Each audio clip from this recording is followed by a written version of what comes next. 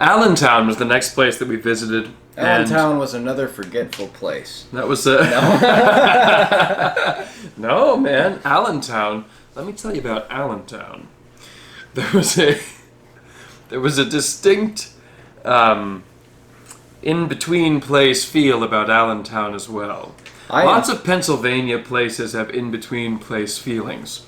And there's an aura about them. Yeah. And in this particular case, we walk into this lecture, and the place is a party place for little kids' birthday parties, which is a reasonable place for a magic club to have a lecture. It's just the first time that we had encountered that, and so it was kind of surreal. It was a store with... It was like an ice cream store. It was an ice cream store that also, you don't know what the hell they're selling.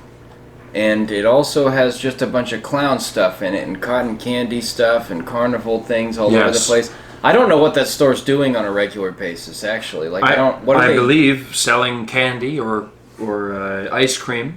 Because I asked him, I was like, is this like a place where they have, like, you know, clown shows or something? And he's like, oh, it's whatever we want. It's not the other way. Oh, it's this way. Oh, all right. I was like, what's this? Turkey baster or something. No, it's a balloon. It's a balloon. It's a balloon. You could have drawn anything in the world. Mm-hmm. Take a look and see what I do. There's a balloon. We got a balloon. Excellent. There we go. All right. Thank you so much. Nice. And then there was the Bethlehem steel stacks, and that was pretty cool. And they had this gigantic, crazy factory, like that was like 100 years old out there. It's not operational anymore, but they stopped it around 2010 or something, right? No, I think it was stopped in the late 90s and then officially defunct in 2003, where it was turned into sort of a memorial to industry. So we're here at the Steel Stacks, which is a performance venue and sort of walking park in Bethlehem, Pennsylvania. Really cool spot. You see behind me, this is the Rolling Mills and Bethlehem Iron Company. They shut down in 1995, but they were open for about, I think, 140 years, building I-beams and producing steel for the whole country, actually. They were building for World War II. They had a massive government contract, of course, but then they were also doing useful things. They were building bridges and airplanes and steel for all sorts of awesome stuff. But now, of course, since about 2003 when they got defunct, they shut down due to bankruptcy, it's been turned into this amazing walking space and performance venue, which we'll show you the stage on the other side there. Okay, so let's take a walk. Well, what it seems to me is that each one of these things looks like and it feels like it required a factory of this size to make each individual part. Okay, that's right? true. That's true. I don't know how they even start with this stuff. What does that do? We were talking earlier about how intricate all of this stuff is, and how all of these things are. All of these things have a purpose. Every single thing here has a purpose. And I don't know any of them.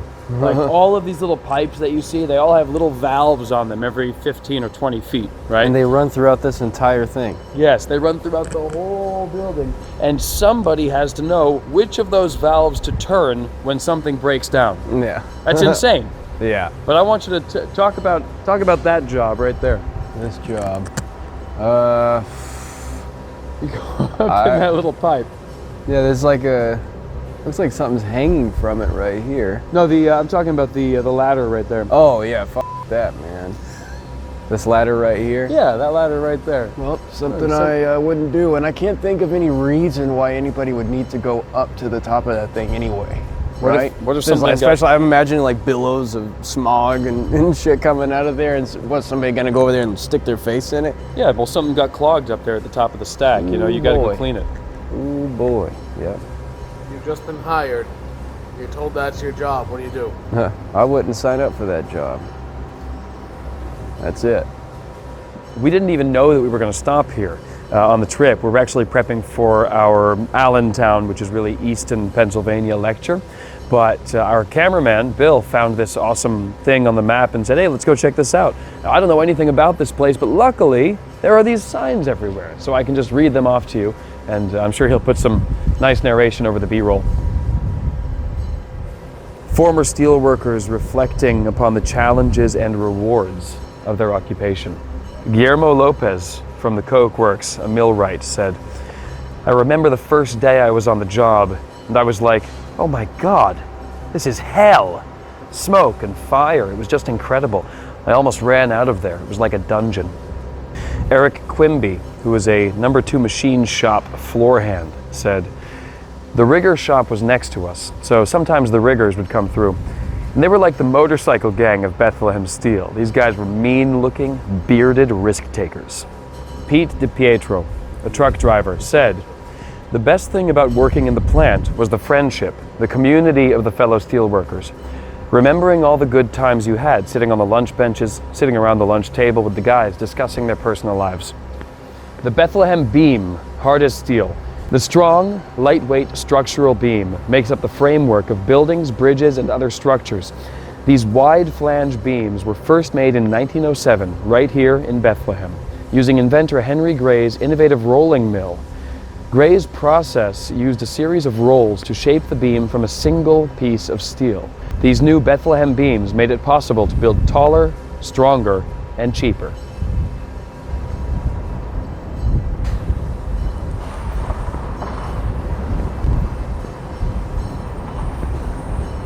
Oh look, there's the, I believe that's the beam right there. You see it?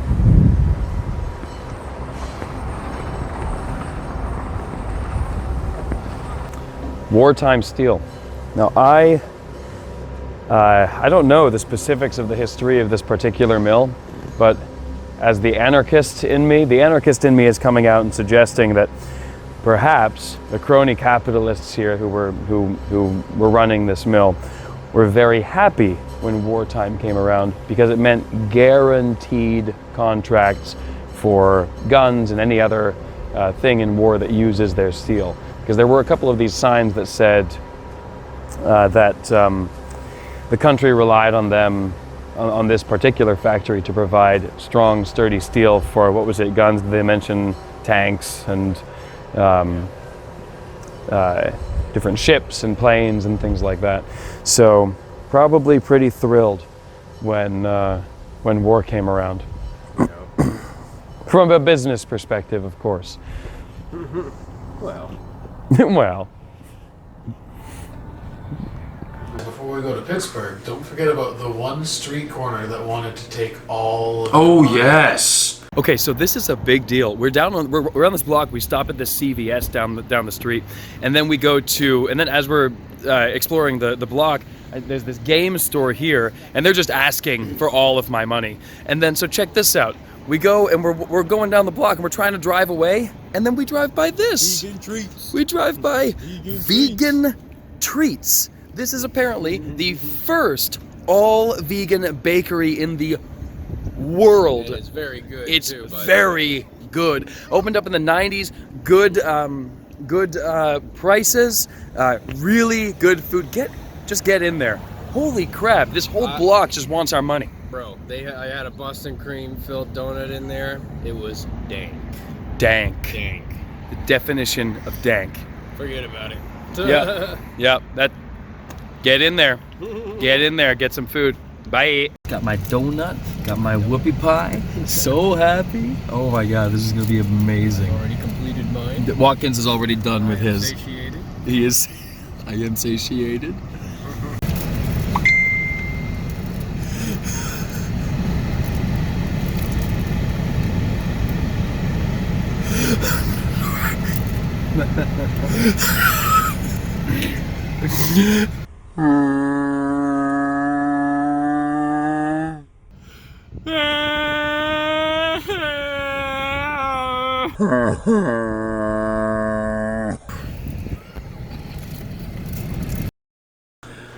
Pittsburgh, Pennsylvania. Pittsburgh, Pennsylvania was on the other side of the state from Allentown.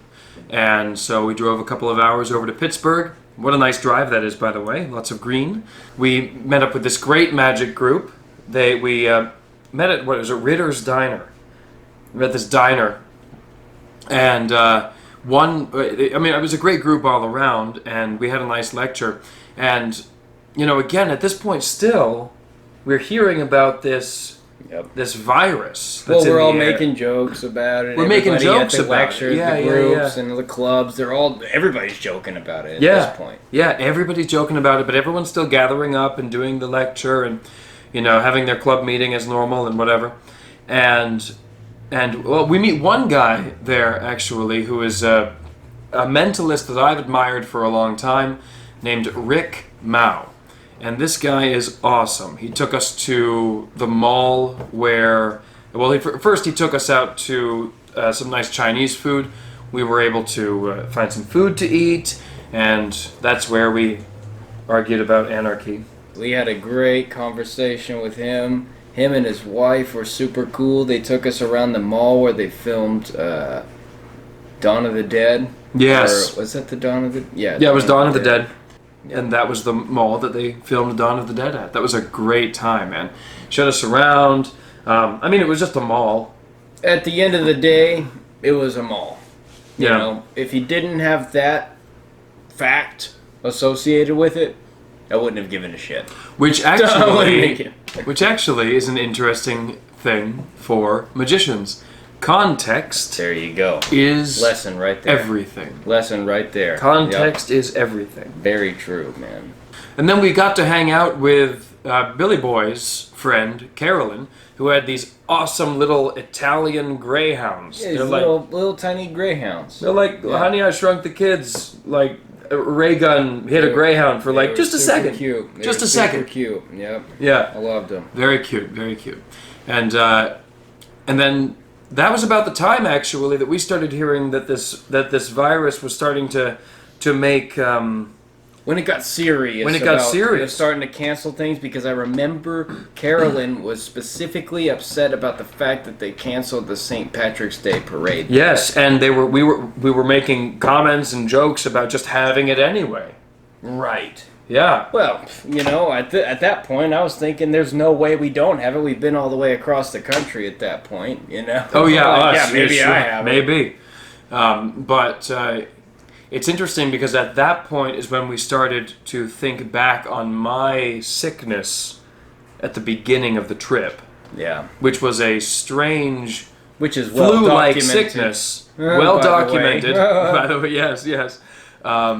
Which was all dry up here. So very strange, very strange. Patient zero. That is the moment where we started to realize that the state was taking it seriously by shutting down travel in certain locations and also by shutting down parades and massive public gatherings.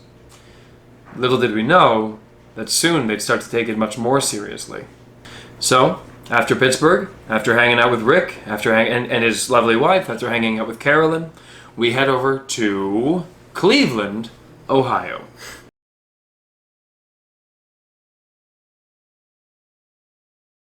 Yeah, this is a nice place, man. We got, obviously the steel mill. This is really cool to walk around and see. And the stage over there, I guess that's where... little performances. Yeah, well, like Willie Nelson's going to play there soon. Stained, I guess. Big deal. Yeah, Stained. Oh. Communists. At PBS?